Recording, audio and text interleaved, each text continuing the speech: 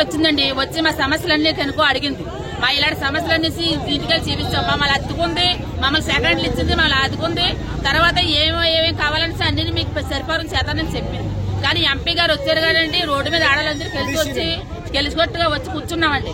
గెలుచుకొట్టుగా వచ్చినా సరే ఎంపీ గారు వచ్చారు ఆడలను కూడా పెట్టించుకోకుండా పోయాడండి. అంతే మరి మా ఆడలకు అందరికీ ఏదో క్షమాపణ చెప్పాలి, మరి తిరిగి రావాలా. ఒకలే ఎత్తనే గెలిచాడు, ఓట్లు పెళ్లిపేటలు ఎత్తనే గెలిచాడా, లేకపోతే మా అందరూ వేయలేదు ఓట్లు. ఎందుకంటే మా ఓట్లు కూడా ఎదిరించి నేను వాళ్ళతో తిరిగి వాళ్ళతో చేసి వాళ్ళతో పరిపాలన చేసి వాళ్ళు వెనకాల తిరిగాను నేను. కానీ మమ్మల్ని కూడా పెట్టించుకోకుండా పోయాడు. ఎంతగానో ఇది అలా స్తంభాలు పడిపోయి 10 ఇంటికాడ గోడలో అన్ని పడిపోయి ఇల్లు కూడా కూలిపోయి ఏది పెట్టించుకోకుండా పోయాడు.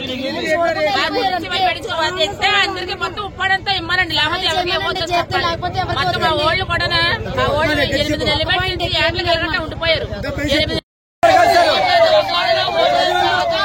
ప్రజలందరూ రోడ్డు మీద ఉంటే వారు రాకపోవడానికి కారణం ఏంటండి? ఆగాలి కదండి. ఓట్లకు వచ్చేటప్పుడు ప్రతి గడప గడపకు వస్తారే.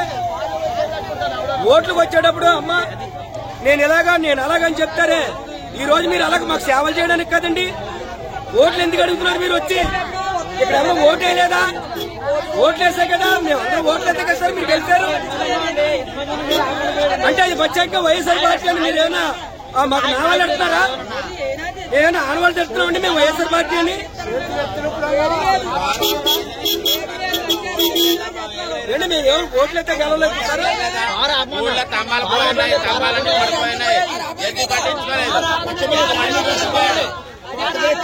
కూడా మాకు మీడియా తీసి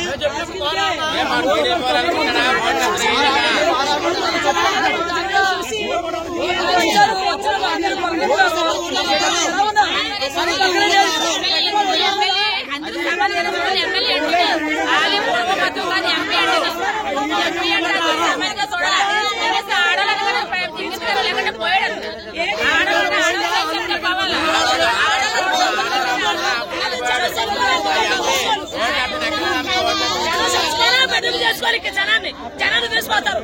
ఈ సవాలు ఇక్కడ పెళ్లి